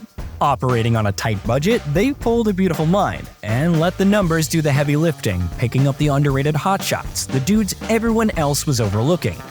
Michael Lewis was so stoked about this game-changing strategy, he wrote a book about it in 2003, and Columbia Pictures immediately snatched up the film rights. So, this project was a roundabout of directors. Closest to Call Action was Steven Soderbergh, who'd stumbled upon this little gem right around the same time as our main man Pitt. He came real close to taking the reins, but got into a dispute with the studio. They weren't buying his idea of creating a satirical mockumentary. what are you having fun for? So he bailed. But named Miller, maestro behind the Capote movie, was next in line.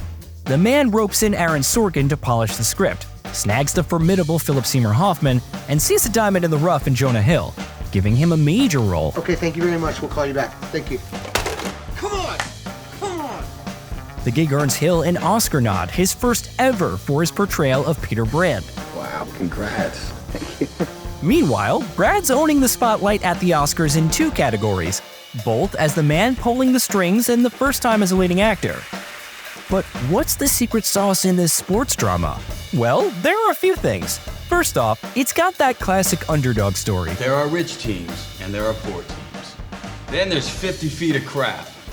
And then there's us. It's like the Rocky of baseball, minus the boxing gloves and the mumbling. Thank you very much, I appreciate it. That underdog vibe has been a hit ever since the days when Chaplin ruled the world of comedy, and it's still standing strong.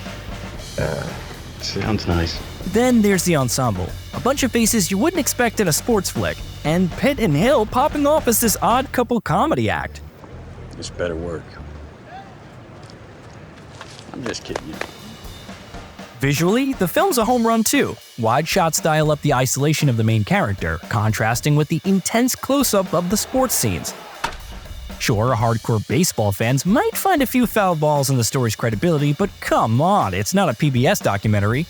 The real indication of success? The film scoring big outside the US, where folks are as familiar with baseball as Americans are with the metric system.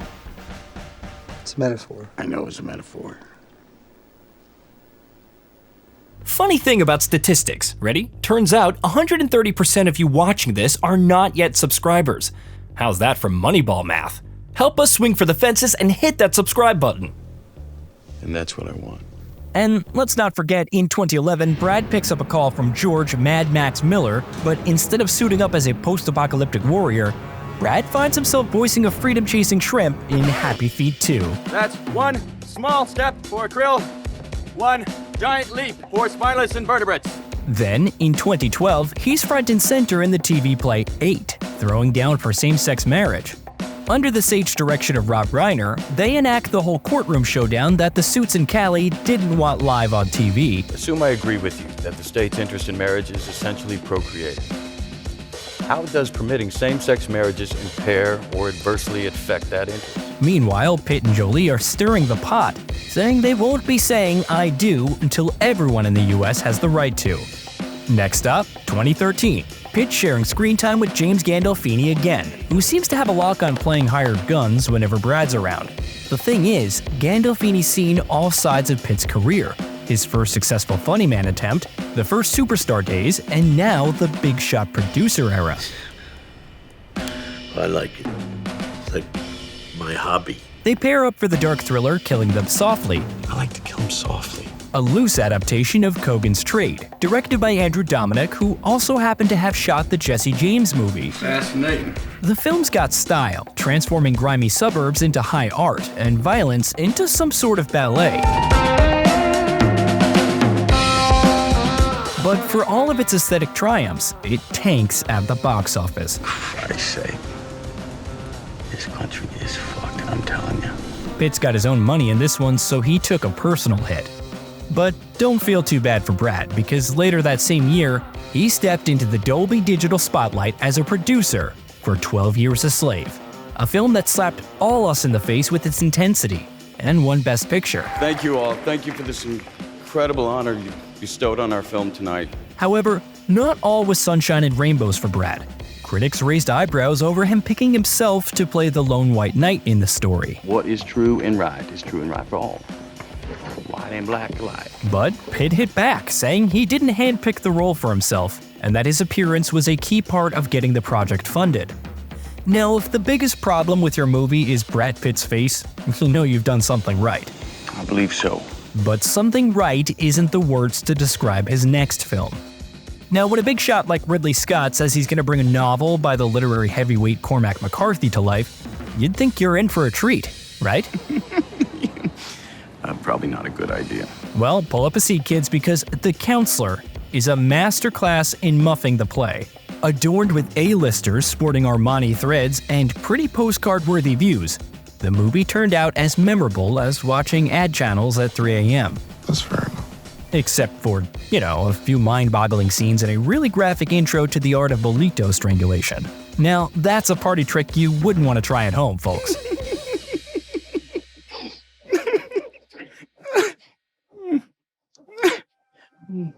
I wouldn't do that. But Pitt's main project of 2013 was a blockbuster by the name of World War Z. It's the end of the world, zombie style, ripped from the pages of Max Brooks' novel.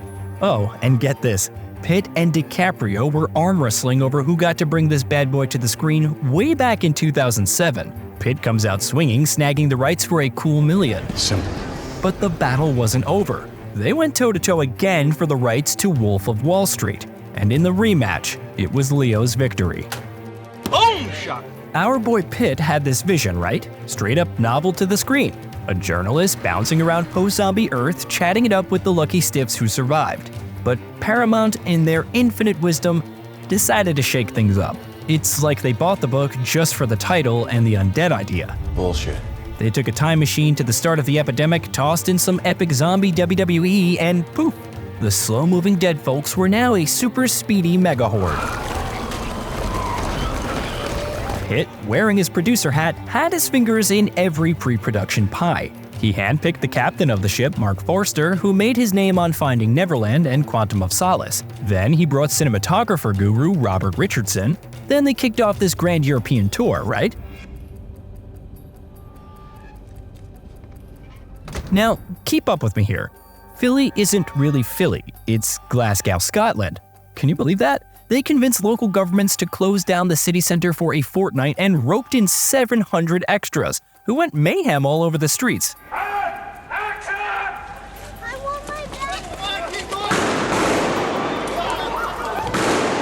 The next stop on the world tour was Malta, but no, it wasn't playing itself. They dressed it up as a Jerusalem fortress. This part right here, it's where the tech wizards really got to strut their stuff, cooking up a horde of zombies so terrifying they'd send the Walking Dead guys running for the hills. Easy peasy lemon squeezy. They had these undead monstrosities bulldozing through everything that so much as breathed. And for the finale, they had Hungary do its best Russia impression. During the Russia gig, the plan was for Pitt to rally a pitchfork-wielding army against the zombie horde on a frosty red square. But someone eventually realized that this was turning into an 80s B-movie. Something like that. So they threw some extra cash at it and shot a whole new ending. All this dilly-dallying led to Richardson washing his hands of the project, hitching his wagon to Django Unchained instead, and demanding his name be removed from the credits. He wasn't too pleased with the studio's push for 3D and a PG-13 rating. Sorry. I'm sorry. That move, by the way, left most of the gory scenes on the cutting room floor, but you can't blame them for being cautious when the budget ballooned to a whopping $200 million. And hey, it raked in over $500 million. This was the golden goose of Pitt's career, and even the OG author Max Brooks gave it a thumbs up. He was just stoked to see a fresh tale, even if it was as related to his novel as Moby Dick is to Finding Nemo. And the movie and the book really don't have a lot in common. Okay, so here's Brad Pitt, almost a half a century old, already perched on top of the world's most famous faces. It's like he woke up one morning and thought, fame? Awards? Who needs them? Time to go for the most brutal road trip of my life. Best job I ever had. So in 2013's Blossom, Pitt enlists for a stint in David Ayer's latest, a hard-hitting WW2 epic, Fury. The story orbits around the tank crew. Pitt's the staff sergeant, Shia LaBeouf's the gunner, Josh Bernthal's the loader, Michael Peña's the mechanic driver, and Logan Lerman's the shooter radio operator.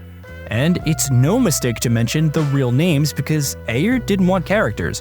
He wanted a legit, rough-and-ready combat unit. Dave is ferocious about authenticity and set us up with some beautiful, beautiful experiences. And one of them was getting to meet several vets who shared with the crew their wartime experiences. For an actor to look into the eyes of a veteran and hear these stories firsthand and understand that it's not just a history book, it's not just a black and white picture. It's a privilege to have that primary contact with the people that not only lived but made history. Next, a 4-month-long boot camp where our boys learn the ins and outs of tank driving and get a taste of the soldier's life. And then, Ayer's stroke of genius, fistfights. Nothing says team bonding like a good old dust-up, beating the pants off regular rehearsals. Before the cameras got rolling, Ayer packed him off to a mock field camp, a week in the woods living the high life. If by high life you mean pre-dawn wake-up calls, no hot food, and 5-star accommodations under the rain-soaked sky. We have to stay up and do point guard. If someone's got on the hour, we got to swim. I mean, we're, again, full immersion. Once the shooting kicked off, their exhaustion wasn't just an act. They actually needed to reduce it for the camera. Ayer's love for realism didn't stop there. Over 300 extras? Check. All real military men or vets? Double check. Picture-perfect costumes straight from a museum exhibit? You bet. A fully constructed military camp slathered with enough mud to make the camera crew think that they were shooting a documentary about mud wrestling? Ayer's got it covered. They even recreated a tank battle from archival footage, but the director did admit to some creative liberty on an ambush scene. Now, this is where I cheated a little bit on the tactics. This is the Tiger actually shoots the last tank in the column. You're not supposed to do that. You're supposed to shoot the first tank in the column, which then forces the column to stop, and then you shoot the last one, and then you pick off the guys in the middle. I know that I cheated because if they shoot the first tank, Brad's dead, movie's over, roll credits, and that's not very fun. The real head-scratcher for many was the heroic finale, a feat that seemed too incredible to be true. But here's the twist. It was actually based on a true World War II event, only with one tiny difference. The real-life hero, Lieutenant Audie Murphy, defended the road solo, and he lived to tell the tale, scored a Medal of Honor, and then conquered Hollywood, and even starred in a movie version of his own war story. Talk about life imitating art imitating life. And how can we forget about tanks, and more tanks? If there was an Oscar for Best Supporting Mechanical Role, Fury would have bagged it, hands down. A piece of trivia for you. Fury is the second ever movie that managed to use a real Tiger tank for its production. And no ordinary Tiger tank, but the last working beast on the entire globe.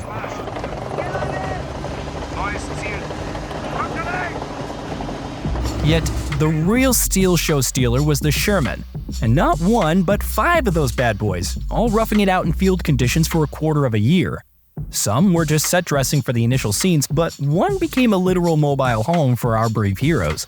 It's my home.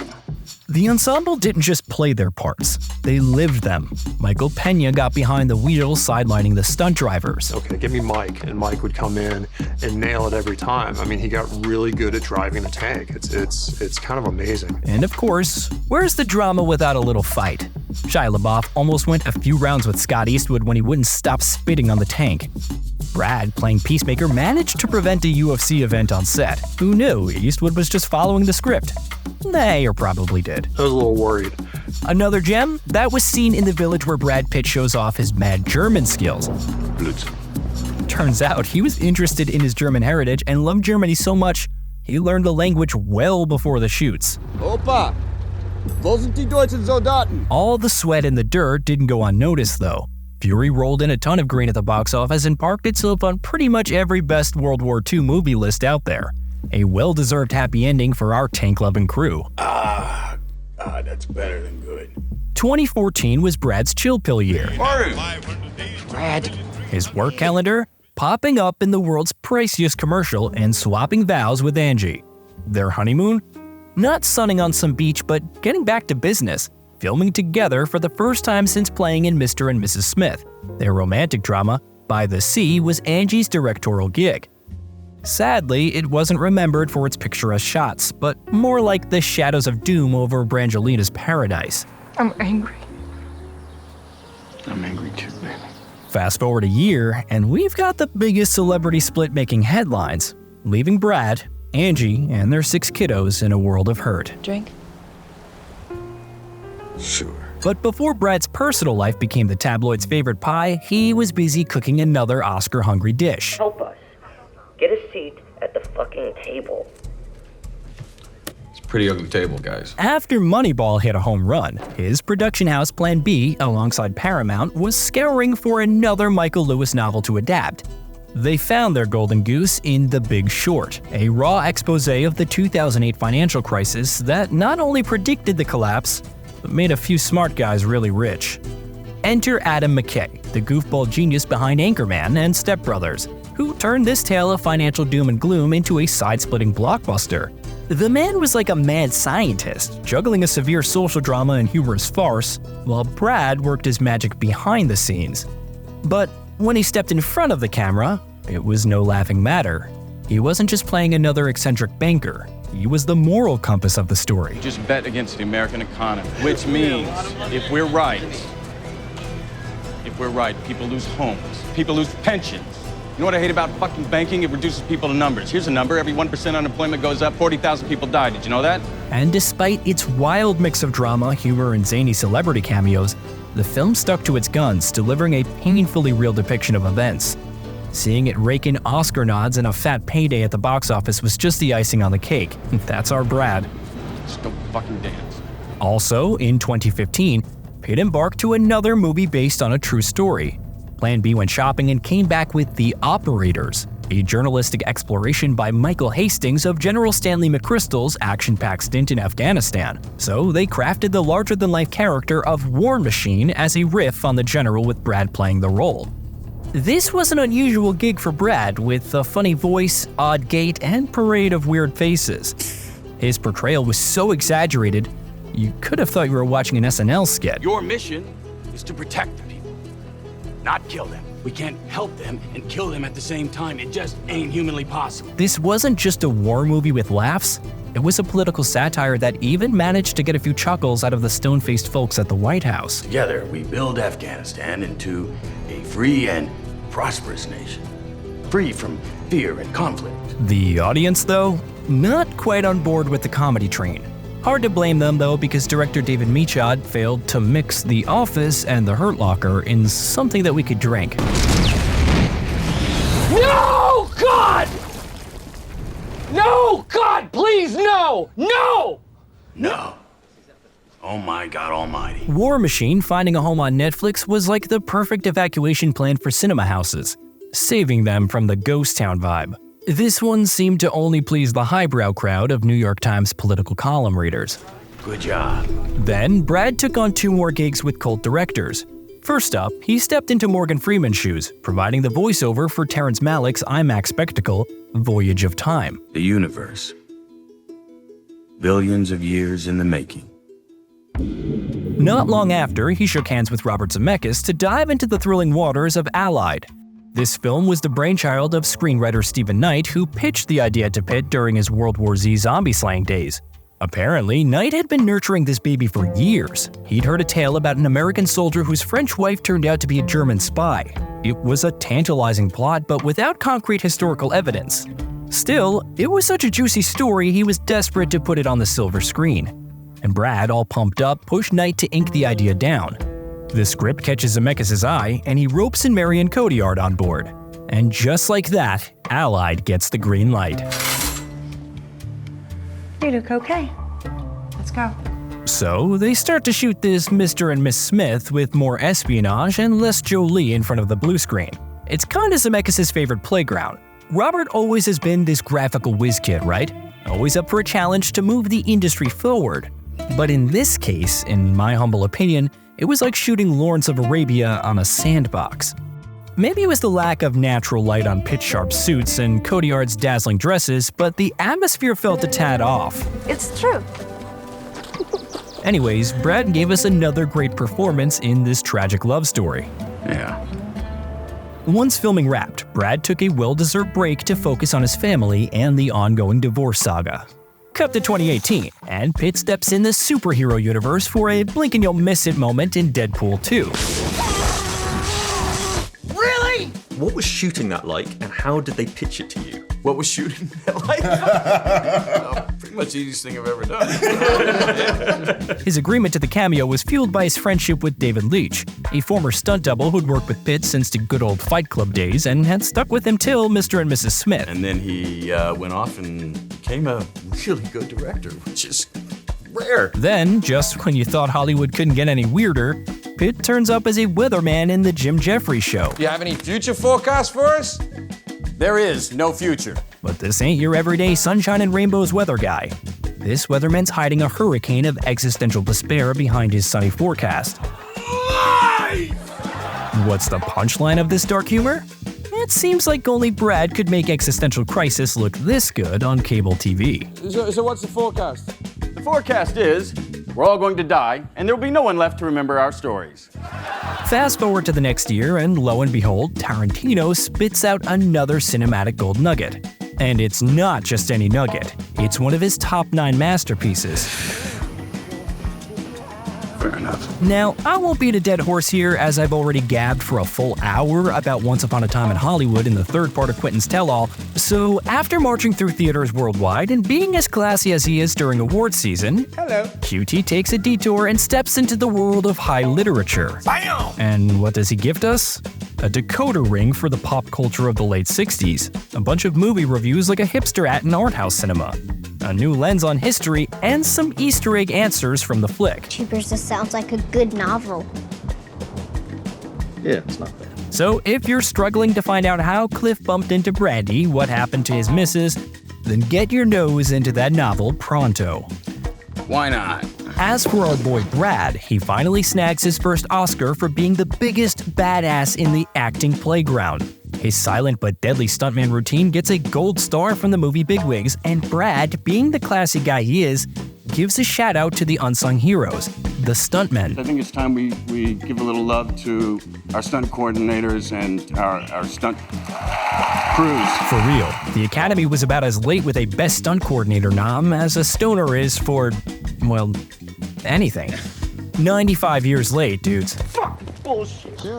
While we were all busy admiring Brad's booth brilliance in the Tarantino spectacle, there was a less shiny but equally valuable gem hiding in the shadows. Ad Astra, it was. Brad and James Gray were kind of like those high school pals who wanted to start a band for years, but life got in the way. First, they aimed for the Gray Man, but the studio execs just shrugged it off. The project later came to life with the Russo brothers and Ryan Gosling. Brad and Gray, on the other hand, were on to The Lost City of Z. This time, the green light blinked, but Brad had to bail because of his jam-packed schedule. The dude still stuck around as an executive producer, though. Most of us spend our entire lives in hiding. So, 2019 rolls in, and the Cosmos finally gave a thumbs up to our dynamic duo. They presented Ad Astra, an interstellar voyage which was like a cosmic cocktail of Apocalypse Now and Space Odyssey. Gray was so into Kubrick's space epic that he swapped CGI for miniatures and hand-drawn planet images. Oh, and by the way, the camera magician pulling the strings behind Ad Astra's visuals was none other than Hoyt van Hoytma. This ain't his first cosmic rodeo, as a few years back he'd taken us on another interstellar joyride. It's funny. Brad, though, was the real star shining bright in the film's galaxy. His deep space dive wasn't just through the cosmic abyss, but also into the uncharted territories of his consciousness. 'Cause let's face it, the only thing scarier than the dark, limitless universe is the human mind. All I see is hurt. I just see pain. Now, let's talk about that grand finale where our man Brad sheds a lone tear. And here's the kicker. That wasn't in the script, it was just pure, unadulterated Brad Pitt feeling the moment. Post-shooting, Brad, being a stickler for detail, suggested using CGI to make the tear behave like it would in Zero Gravity. But Gray shot back, "I'm keeping it, the acting's too good, buddy." Now that's what I call a creative choice. Yeah. In this cosmic opera, Brad was flanked by stellar support acts like Ruth Negga, Donald Sutherland, and Tommy Lee Jones. Despite this star power, Ad Astra didn't have the gravitational pull at the box office. Slow, meditative plot lines with themes that can come upon Stone Neil deGrasse Tyson podcasts don't usually get people queuing up for popcorn. I think it's despicable. So, next, COVID happened.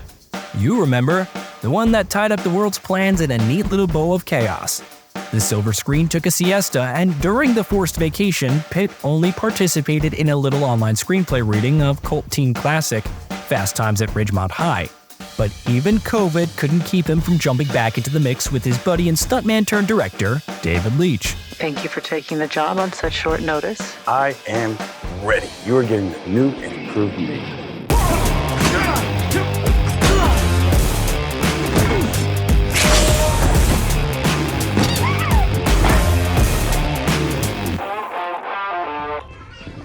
Konnichiwa. The cast? Top-notch. Aaron Taylor Johnson and Brian Tyree Henry nailed the roles of two of the quirkiest psycho killers to ever grace a film. What's that now? I mean, who knew you could have your heartstrings tugged by bloodthirsty lunatics? Shoot first, come up with the answers later. Always do. Michael Shannon turned into the White Death, all enigmatic and stuff, while Joey King was showered with praises right there in the movie itself. You are really good. You sure you didn't study? I mean, you're not even afraid of your lips quivering. That's a tear. That is really authentic, mate. Like that. Here's the kicker, though. Bullet Train rode straight into a hate storm due to a creative decision to switch up the races of the characters from Kotaro Asaka's original novel.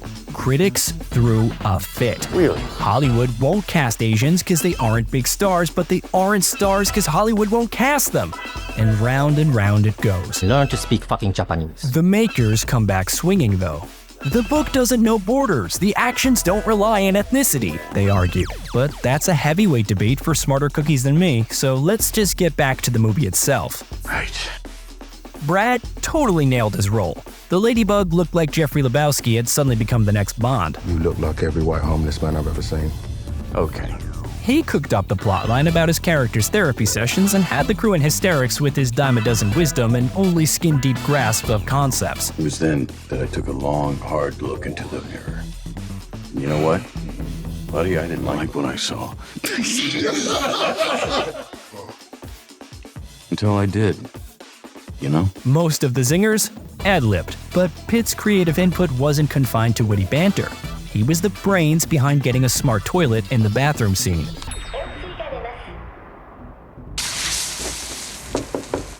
Occupied. Originally, Lady Gaga was slated to be a sidekick, but she had to bail for House of Gucci, so Sandra Bullock stepped in, marking her first on-screen collab with Brad. Well, how do you know it's a bad thing? And while wrapping up the finale, Sandy asked Brad to join her in her next cinematic endeavor. As a result, Pitt gifted the best 20 minutes of comedy gold to Lost City. I'm getting you out of here. Why are you so handsome? My dad was a weatherman. His scenes there? Pure gold. Like the quirky cameo Channing Tatum pulled off in Bullet Train. Is this like a sex thing? Nope. Oh, I was kidding. Yeah, what's up? What do you need, bro? Speaking of cameos, let's just say the Deadpool debt was settled. If you run into a guy named Carver, dick, you can tell him I said so. Brad once again shared the screen with Logan Lerman, although this time Logan was less Fury and more Weekend at Bernie's. Wave to your fucking fans, princess. And that wasn't uncommon for half the cast. And let's give it up for the costume department. In the beginning, our characters are bundled up like Eskimos, but as we get to know them, they shed their coats and cloaks like snakes, revealing a whole new persona. Whenever someone tossed off a piece of clothing, it was always part of the story. Usually the part with face punching and ass whooping. The fight sequences had the vintage vibe of Jackie Chan's Kung Fu classics. Where not just the people, but also their environments and whatever junk they could grab just got in on the action. But hey, what else would you expect from a director who made his career out of stunt coordination? Hey, buddy, you okay? Bullet Train had us in stitches on the edge of our seats for a good 2 hours and raked in a cool $200 million at the box office. And Pitt? He just rolled right onto the set of the La La Land prequel. I mean, Babylon. I have to do this? What do you mean? It's gonna be great. Back in 2009, Chazelle was like a newbie chef with the dream recipe, but not the dough to cook it. A biopic about the glitz and grit of Tinseltown. But hey, he had to earn his chef's hat first. Fast forward through a decade of audience applause, a full trophy cabinet, and a quick dance with an Oscar. Finally, he got his chance to revisit Babylon only after he gave Ryan Gosling a ticket to the moon. Then we have Brad Pitt sitting on the fence of Once Upon a Time in Hollywood, where he was offered a ticket to A Few More Times in Hollywood. Fuck yeah! Naturally, he was all in, stepping into the shoes of the eccentric boozer Jack Conrad. Pitt swung for the fences, and boy did he connect. Yeah. All right, Capitan.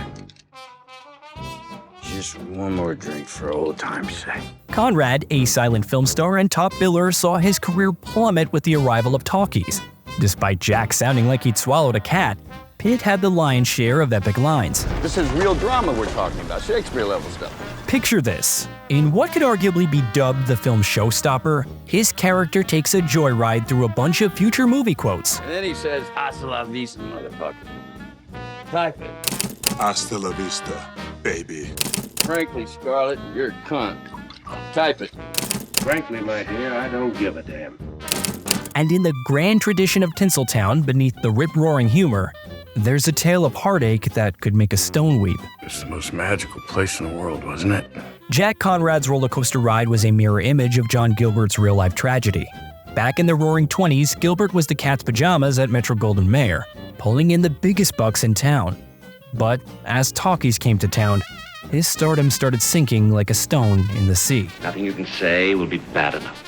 Louis B. Mayer, playing the role of the devil himself, forced our man Gilbert to kick his contract to the curb. Poor Gilbert was tossed some roles in cinematic snooze fests while sound engineers were given the nasty job of trimming the bass out of his voice. Talk about a low blow. Now, remember that scene where the audience is laughing their butts off at one of Pitt's love scenes? Love you, I love you. That, my friends, is another gem from the treasure trove of Gilbert's life.